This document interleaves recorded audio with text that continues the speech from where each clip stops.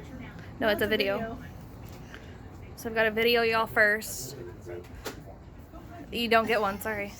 And then it'll be me for We should get a minute. sign like an actor's release. Or Sorry. something, right? You don't need me anymore in there, right? Okay, cool. We need you desperately. No, you At don't. least 2 more times. we'll Okay. get a photo. You just gotta hear her. Listen. Okay. So I'm gonna be giving a speech on a personal story that I have while answering 911, because you never really know what kind of call you're gonna have on 911. So those are always interesting. I was a first responder for about 9 years, and I've been answering 911 and dispatching for about 5 of those years. So there really hasn't been too much that I haven't heard. There's not a whole lot that you're still shocked by. That being said, the craziest call I've ever taken was a complete misunderstanding. To avoid that, we can always just be sure to answer your dispatcher's questions, avoid the confusion, and not make your poor dispatcher think you were squished by a freezer. So while doing firefighting, EMS, and dispatching for 9 years, it's left me with multiple questions, multiple times, mostly logistics. How in the world did that happen? Why would you ever do that? Regardless of the questions, you still keep calm, cool, professional. You do your best to almost be monotone, just in order to sound like you're not scared as well, so that you can get them the help that they need. And in order to assist that, you go through a series of questions. A lot of agencies require like almost a script where it is word for word, but with smaller agencies like I worked, it was just who, what, when, where, why, how. You just had to get those in so that you can help the officer or fire get the information they need to help you better. So typical callers don't think that that should be a thing. They don't think you should ask any questions. They think that you should have a magic crystal ball that works all the time. They want you to automatically know exactly what's going on, and they think that just calling should be it.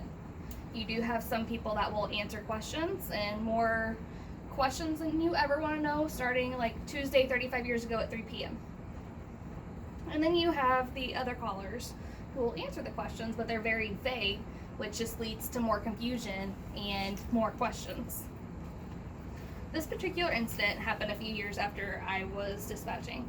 So at that time I was used to irate, angry, mean, rude callers, and it never really had a problem, but every once in a while you would have the person that would just throw you off your game entirely.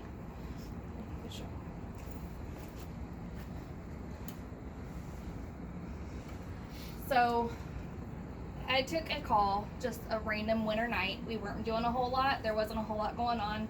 That 911 line starts ringing. And in the middle of me asking for the location, this woman starts yelling about a freezer. The first thing you think of is that somebody has stolen her freezer, or they're having some kind of dispute with the freezer. That didn't seem to be the case, because she was still yelling about her freezer no matter what I asked. So then I was like, okay, so is somebody injured with the freezer? And she starts yelling that she's still yelling about the freezer, and that yes, somebody was hurt. So I don't know about you, but if you hear somebody's hurt by a freezer, I'm picturing it like rolling down a hill and like falling out of a car and smushing somebody like Wile E. Coyote. So I asked her if she was okay, and she said that she had been hit by a freezer. At that point, all sense of professionalism, like all of my habitual questions out the window. And it's, ma'am, you were hit by a freezer? Are you okay? And quickly switch back to, professional mode. Let that word vomit just slide right on by. And she told me that she was fine. She didn't need EMS. But she had been hit by a freezer. Again, like quick rapid succession of like the Hulk picking up a freezer and hitting this woman. So I was like, okay, so what does the freezer look like? What does the person look like? Hopefully it's not a big green man. And she starts telling me that it was, her son did it. It's like, okay, so a kid picked up a freezer? It's like, ma'am, you're gonna need, I need more. You're gonna have to give me a little bit more. How did that happen? And she decided to tell me then that her kid was mad at her and took a blue ice pack out of his lunchbox and threw it at her. So no, she was not injured. I could call off the cavalry that was going to go save her, and I was able to get everybody called off in time. And all is well that ends well, but all of that could have been completely avoided by not being so vague, answering questions. I did learn that I was not completely immune to surprises anymore still though. So thank y'all for taking time and listening. Freezer. A freezer.